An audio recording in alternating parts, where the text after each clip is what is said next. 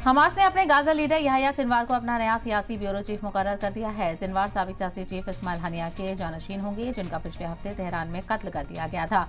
Hamas के एक बयान में कमांडर याहिया सिनवार के सिलेक्शन का ऐलान किया गया। तो वहीं सिनवार को 7 अक्टूबर को हमास की तरफ से इसराइल पर किए गए हमले का मास्टरमाइंड माना जाता है, जिसमें 1100 से ज्यादा लोग मारे गए थे और 200 से ज्यादा लोगों को बंदी बना लिया गया था।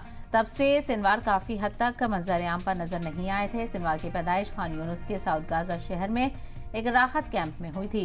वो 2017 में गाजा पट्टी में हमास का लीडर बन गए थे, लेकिन अब टॉप ओहदे पर उनकी तकर्रुरी इस बात का इशारा है कि हमास के सियासी नजरिए में गाजा की क्या पोजीशन है। माहिरीन का मानना है कि ऑप्शन गाजा को जमीनी और सियासी लेवल को हमास तहरीक के सेंटर में रखता है।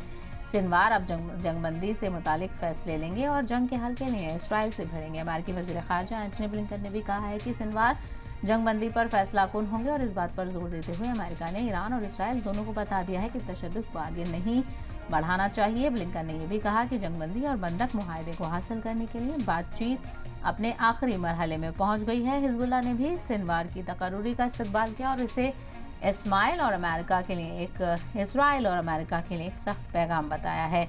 इसी बीच इसराइल के आर्मी तर्जुमान डैनियल हंगरी ने कहा है कि 7 अक्टूबर के हमले के पीछे के मुलजिम याहिया सिनवार ही अब तक जिंदा हैं। सिनवार की तकर्रुरी के बीच इसराइल ने न सिर्फ अपनी वार्निंग जारी रखी बल्कि डेरा अल-बला में अपने हमले भी जारी रखे। गाजा में 3 इजरायली मिसाइलों ने एक मस्जिद के पास हमला किया, जिसमें दर्जनों लोग जख्मी हो गए। लोगों ने बताया कि बुरेज और अल-मगाजी और नुसरात में इसराइली टैंकों की गोलाबारी रात भर जारी रही। इजरायली आर्मी ने बताया है कि पिछले दिनों उसके फौजियों ने गाजा में 45 फलस्तीनी लड़ाकों को मार गिराया है। With regard to Mr. Sinwar, he has been and remains the primary decider when it comes to concluding a ceasefire.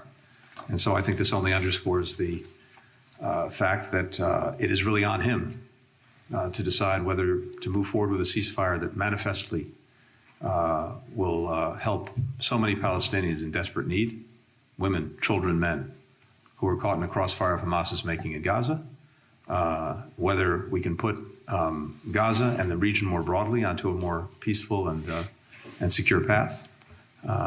So it only emphasizes the fact that, as has been the case for some time, it really is on him. Yahya Sinwar is an archi-terrorist responsible for one of the most horrible terror acts in history, the 7th of October. There is only one place for Yahya Sinwar. It's next to Mohammed, next to Randur, next to Ayman Nofel, next to all the terrorists that were responsible for the 7th of October. This is the only place we are planning for Yahya Sinwar.